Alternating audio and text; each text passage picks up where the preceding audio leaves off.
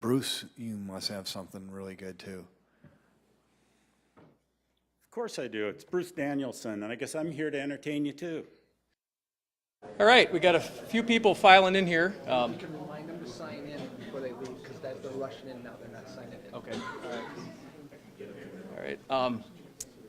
We got a few spots up front here yet, but we'll go ahead and get started. I'd like to welcome everybody tonight to the Interstate 29 and 85th Street Interchange study public meeting. This is the first meeting that we've had for the interchange at this location. We also have Facebook Live, people on at Facebook Live, so I want to welcome them as well. And if they have questions, they can add those in the comment section, and we'll do our best to reply to those. So for tonight, the format, we're going to give a short presentation, kind of go over the project, just kind of some of the highlights where we're at with the interchange project. And then after the short presentation, then we have boards set up in the back. We have boards for the interchange project. We also have a couple stations over here for the 85th Street, the City of Sioux Falls project, as well as the County Road 106 project that the City of T is working on with HDR. After we won't have a question and answer. It'll just be an open house where we have plenty of staff here tonight, and we'll be able to answer questions if you guys have those. My name is Al Murrah. I'm with SEH Engineering. I'm the local project manager for the Interchange project. And I got Ross Harris here with me.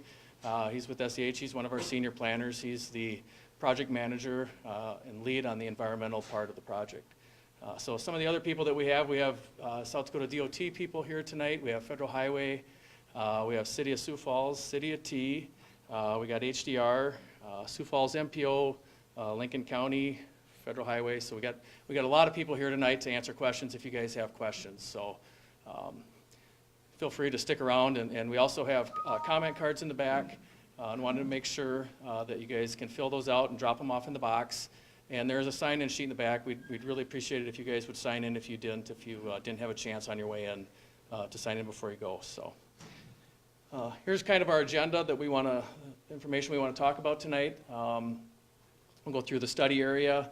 We'll talk a little bit about the project timeline, the major work tasks that have been complete to date, and where we're at with those, the draft purpose and need statement for the project, the alternatives that are being evaluated for the environmental study that we're working on, and then the schedule and next steps. And so then we'll be here till 7 o'clock tonight. So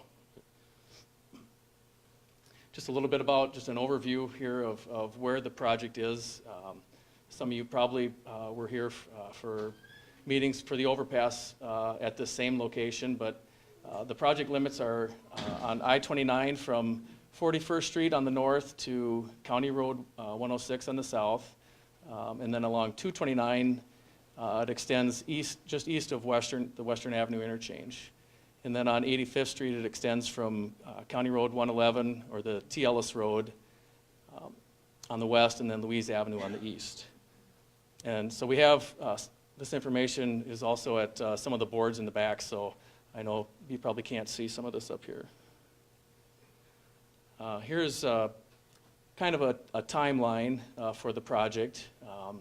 The overpass study that was worked on started back in 2009. That was completed, and that was actually approved last year, in March of last year. And so what we're working on is a study for an interchange at the same location. And so once the overpass environmental study was approved, we submitted our justification report, our report for a new interchange here to Federal Highway last year, and that was approved in October.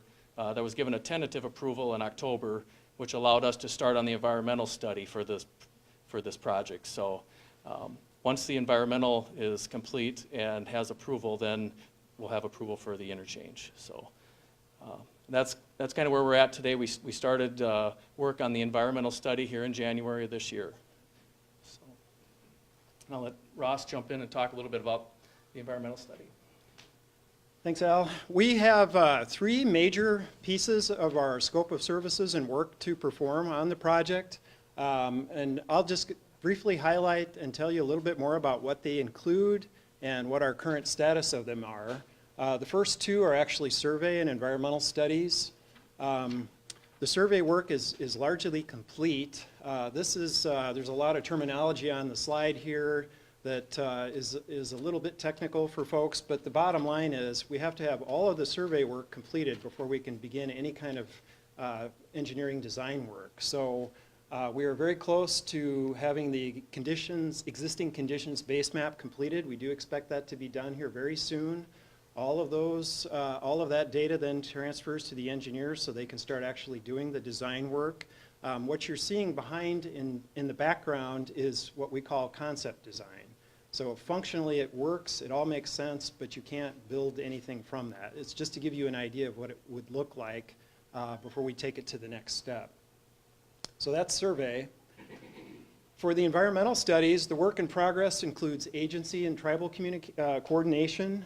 Agencies, these are federal and state agencies that have jurisdictional authority over things such as wetlands, threatened and endangered species, regulated materials, those types of things. What we do is we ask them, based on what the study area is, what's out there? Is there anything that we need to be aware of before we even get started? Because it does affect how we lay out alternatives.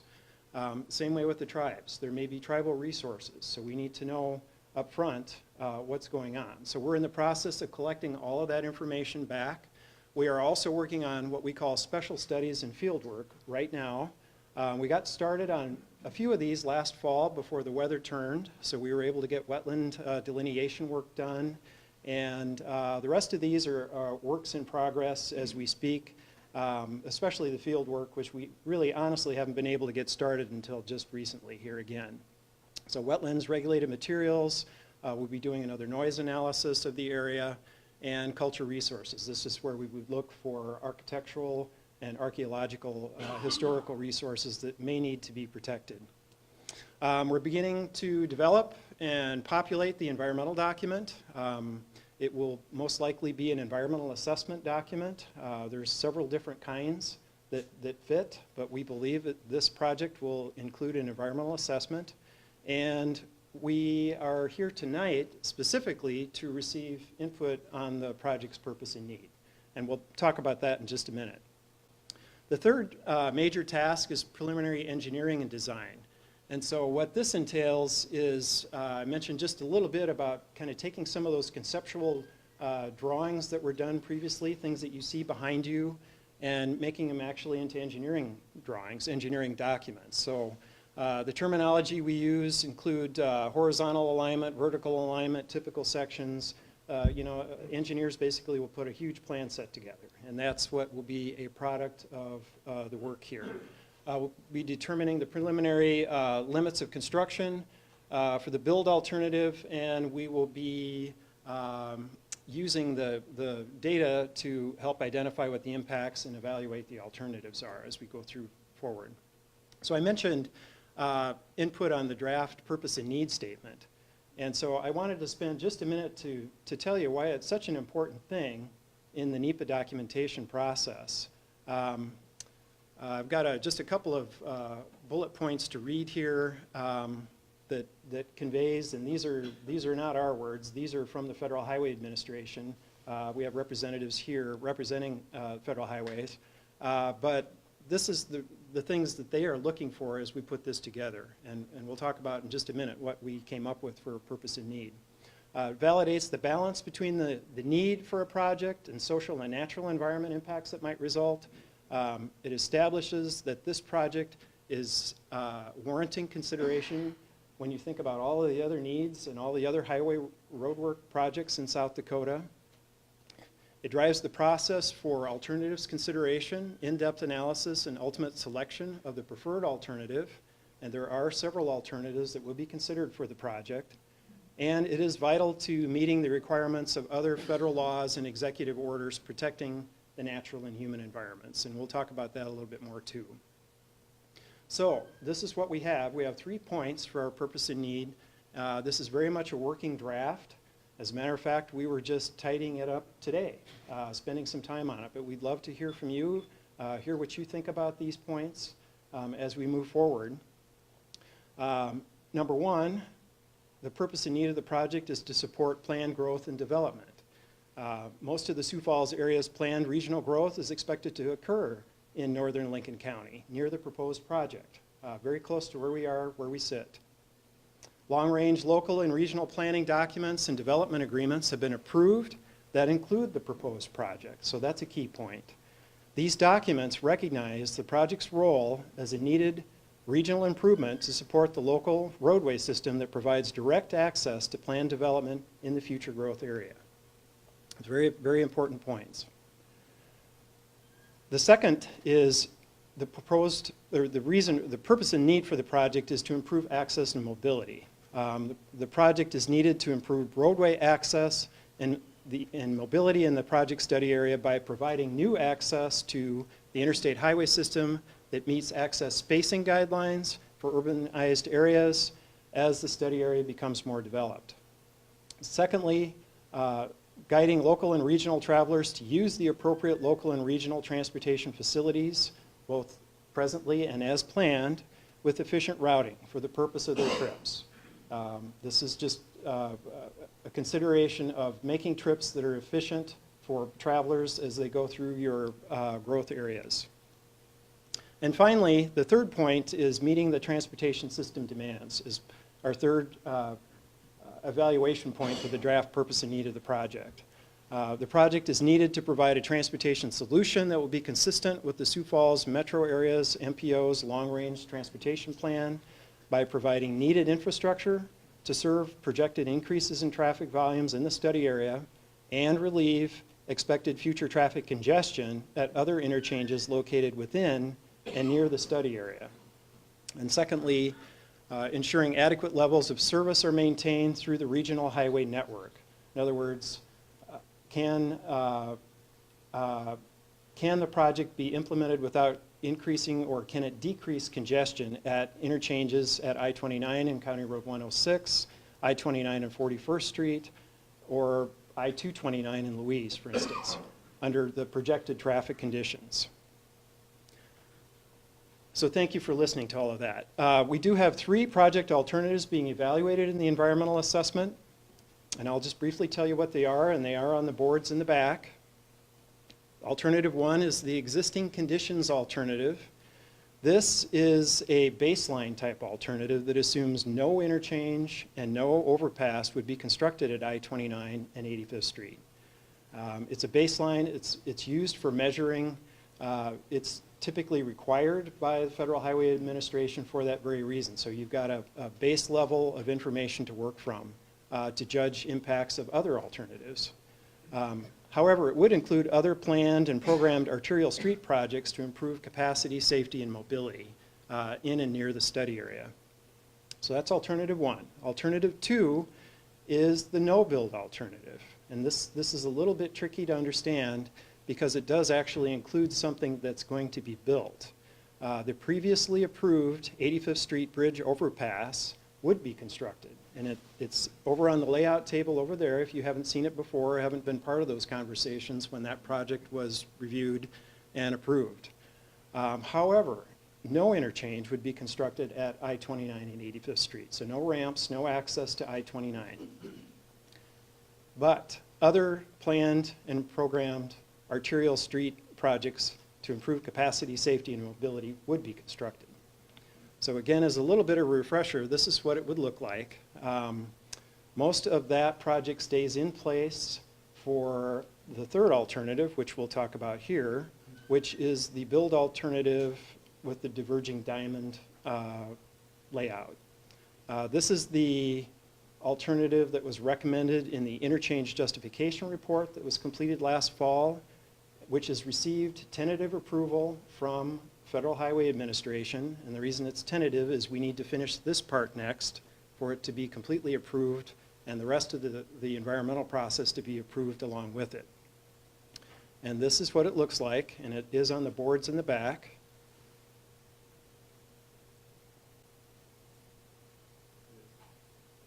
There it is. So it's showing up here. It's a little bit of a delay.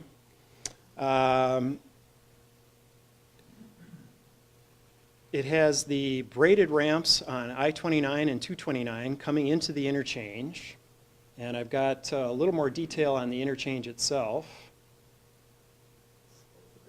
Yeah, sorry, it takes a little bit to load there. That shows more detail of the alternative. And when we're all finished up here, I'd encourage you to take a look at the board in the back that has the same thing on it. We also have a short demonstration video of what a diverging diamond interchange not only looks like, but drives like, from an example that our firm worked on in the Twin Cities area that you can take a look at. But one of the things that we also wanted to make sure that everybody understood, we've had a lot of technical work done on the diverging diamond, but we actually haven't had an opportunity to tell you all about it in this type of a forum. There is a reason that this particular alternative was selected. There's a couple of key points that I wanted to make here. First of all, it greatly improves safety over other types of interchanges. It offers many fewer conflict points. Actually, there are 14 points of conflict, and I'll explain that in a minute, for a diverging diamond interchange, as opposed to 26 for a conventional interchange, a typical diamond interchange. They're spread out more within the design itself. So the safety factor comes in. With a fewer number of conflict points, you would have fewer head-on, side swipe, and rear-end crashes associated with that, with varying degrees of severity as well. It can calm traffic. It can, with the proper signing, not be confusing at all. And I think the video helps explain how it operates. And also, from a safety standpoint, pedestrian crossings are shorter. Therefore, they're much safer. They are lower cost. There's less right-of-way needed, typically, and less right-of-way in the environmental side of things typically would mean there'd be fewer environmental impacts. Now, we're in the process of figuring out what they all are, but historically, it does enable or allow a project to be constructed with fewer social and environmental impacts. There's also a board in the back that explains all of the things that I talked about, kind of how the whole interchange works, how you would drive through it.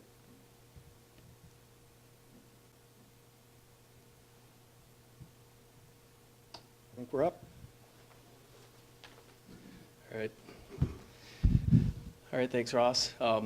Yeah, so as Ross mentioned, we have boards up that we're not going to do a question and answer session after the presentation here. We'll have opportunity to meet with individuals at the boards after we get done. So here's our schedule that we have set up right now for the completion of the environmental study and all the way through construction.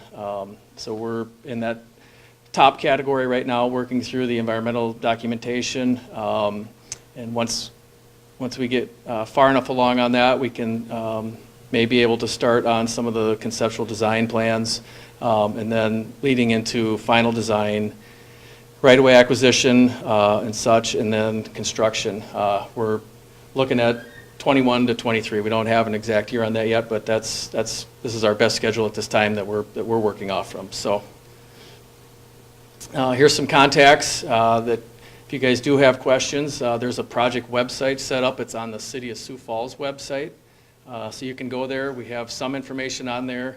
We'll have the presentation and the boards. We'll have that information on there sometime shortly after the meeting. We'll get that on there. That's not on there right now. But and this contact information is in the back there as well. So so that is all that we have for the presentation.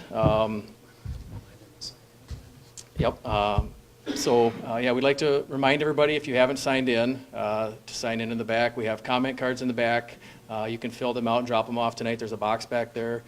You can also, if you want to mail them in, if you think of something that you want to write down and mail in, I think we have a 2-week window on that. We'd like to have those back so that we can compile comments and look to address those. So as I mentioned, we have boards set up back here. We got the 106 board over there has a little bit of information. Got Jason over there that can answer any questions. And then we have some sheets set up over there for the 85th Street project, the City of Sioux Falls, and DGR is over there. So With that, I want to thank everybody for coming out tonight, and